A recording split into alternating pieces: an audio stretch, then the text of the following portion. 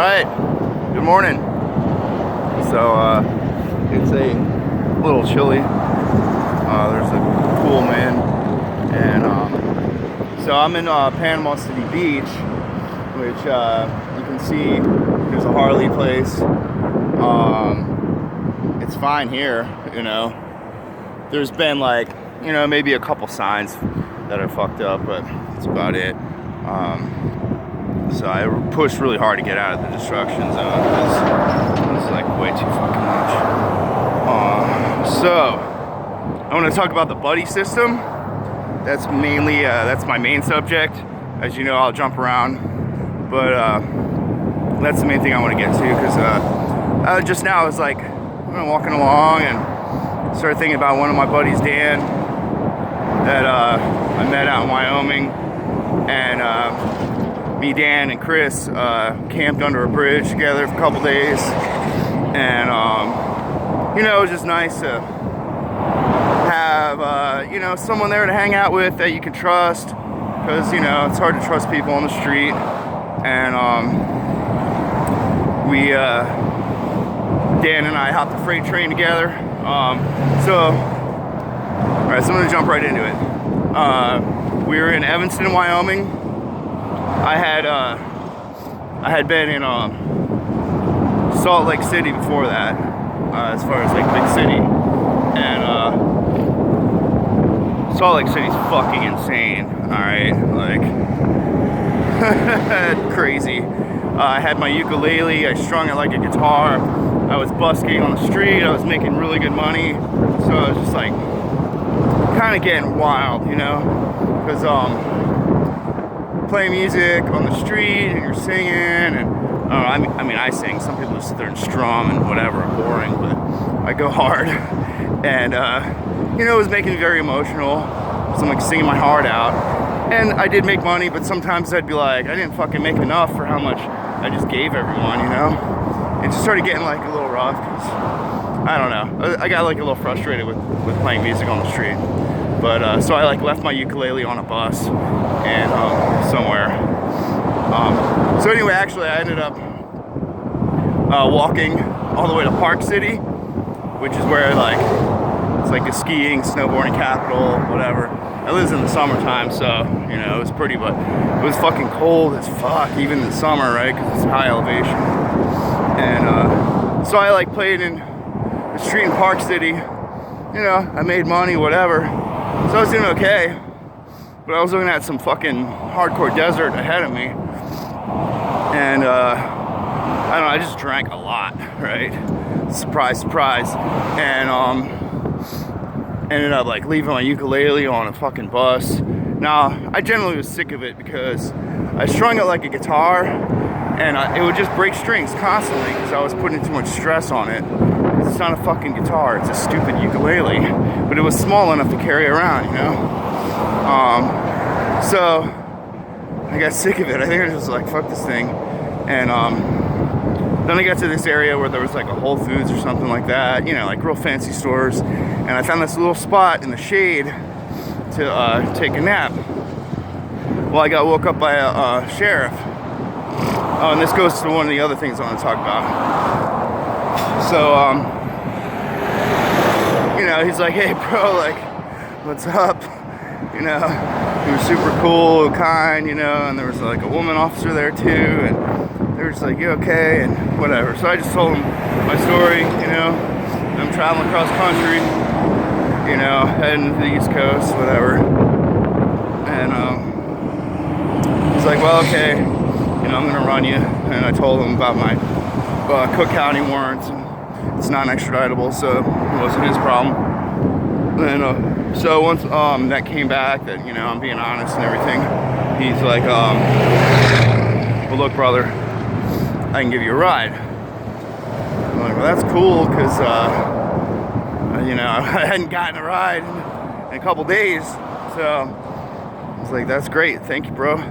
So now we're in Utah, okay, and this guy drove me to Evanston, Wyoming, okay, from Utah.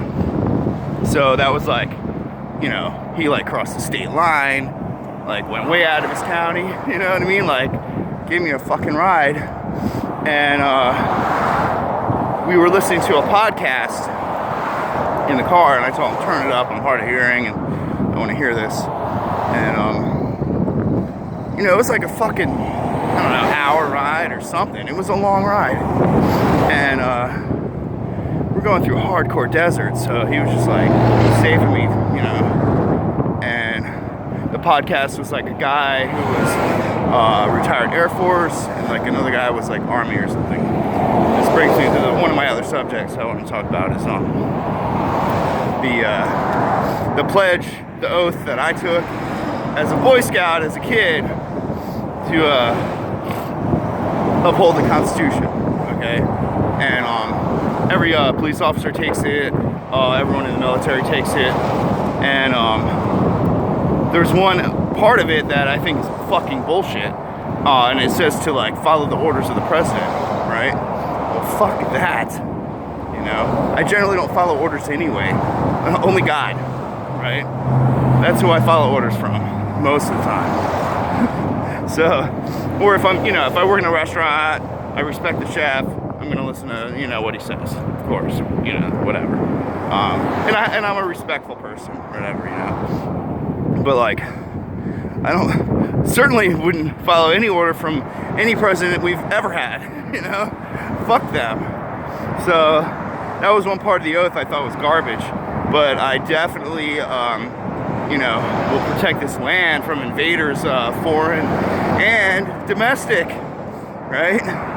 So I wanted to get to that. So anyway, he's listening to this podcast, and I didn't really ask him his background. I mean, he was obviously ex-military because he's playing this podcast, and that he would help a brother out here like this, you know, like drive a fucking hour out of his way, right? So he gets me to Evanston. It's fucking great. I've been there before. I know the town. Whole other stories with that, but anyway. So I'm trying to stick to the subject here. And so I go to the Walmart, you know, flash on, whatever, make a couple bucks. And it looked like there was like a rainstorm coming in. And I'm kind of looking around like, okay, is there somewhere to go? And I mean, granted, this is in the summertime in Wyoming, so it doesn't really, like if it rains, it would be like for, you know, 20 minutes, like a sprinkling or maybe a thunderstorm or something, but not rain like for days, like, you know what I mean? Anyway, you know, it's high desert. So I find this spot to kick it, and I drink some beers. I'm like, all right, this is good. I made it to Wyoming. Fucking stoked. And so I was like, shit, I need to go harder. So I went to Lick, I got some vodka, and then I went to McDonald's and got like a mixer for free, you know, probably pulled the cup out of the trash or whatever, you know, me and my fucking cocktail. Just like mixing like all, you know, whatever, sweet tea and fucking Hawaiian punch and vodka, something along those lines, right? And I see this kid, you know, big like burly beard, you know, backpack, not like a big backpack, but kind of small, you know, just sitting at a table. He wasn't flying a sign or anything. He was just kind of hanging out. So I walk by, and he's like, "Hey, what's up, man?" You know. So I sat down with him, and I wasn't sure about him at first, you know, because you never know about people, right? Because he seemed like kind of a loner, which kind of I am too, but you know, like I'm like extremely social and extremely like out and about, but then I have to like go into my quiet time and alone time, right? Like I need that. But yeah, so he kind of seemed like that, like a little bit like you know, he just kind of does his thing. And so we're chatting. I'm like, "Hey bro, like, do you want a drink?" And he's like, "Oh, I don't usually drink, you know." I was like, "Well, would you like to today?" I got a whole fucking pint of vodka. So, you know, we share my drink. He's like, "Damn, that's stiff," you know what I mean? Like, ah, fuck. I'm like, "Oh, I'm Irish." Let's go. And So, you know, we kind of hang out a bit. We kind of, you know, feel each other out, like, oh, is this person all right? You know, cool. And then I was like, well, hey, you know, we can go get some, we finished the vodka, and I was like, you know, we can get some beers. I know a place we can go drink, you know, over by the train tracks and watch the trains go by. And he's like, all right, sounds good. So we go down there, and we're watching the sky, and it was like a definite storm rolling in.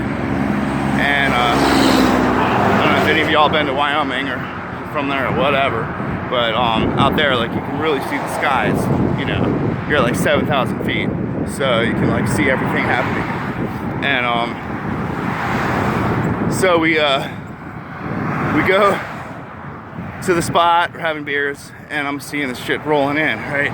Now there's a railroad bridge right there where like the road went over the tracks.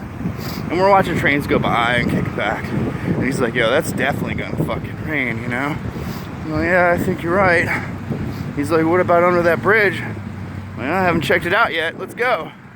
So we go under the bridge, and it's obviously like a hobo spot. I mean, there's tags galore, you know, whatever. And so we get under there, it rains, whatever, you know, rain stops, we're chilling, and drinking beers and just telling stories about our travels, you know. And then we see some other dude coming down the tracks, and we're like, hey, brother, you know, what's up? So he comes up, his name's Chris, and he's like, you know, what are you guys doing? Whatever, like, here, have a beer, or like, join us. So, and this is the second time that I had, like, there was me and two other people, you know, kicking it under a bridge. The first time was in Montana, which I'll tell that story some other time. So anyway, we're certainly enjoying, see, I'm running out of time already. Anyway, so we're like certainly enjoying being on the bridge, it's fucking rad. And we camped under there together for a couple days, and we would like each kind of go and like panhandle and make some money, and, you know, make sure everyone had beer and whatever. And at the time, I guess Chris still had food stamps, so he would like go buy us fucking breakfast and shit. And so because we were under there and it was such a fucking hot tag spot, I started like, the Walmart, you know, they had like dollar cans of spray paint. So I did some fucking, the biggest piece I've ever done in my life was under there. I mean, fucking huge. Like, you could see it from the other side of the highway and everything else. But I didn't have any way to, you know, photo it or anything at the time. Yeah, the buddy system. So anyway, I'm gonna stop this vid here because I'm at 13 minutes, and I'll restart it. I keep doing these two-parters because I have a lot to say, and I'll start it back up and get more into, like, you know, the benefits of the buddy system and all that stuff. All right.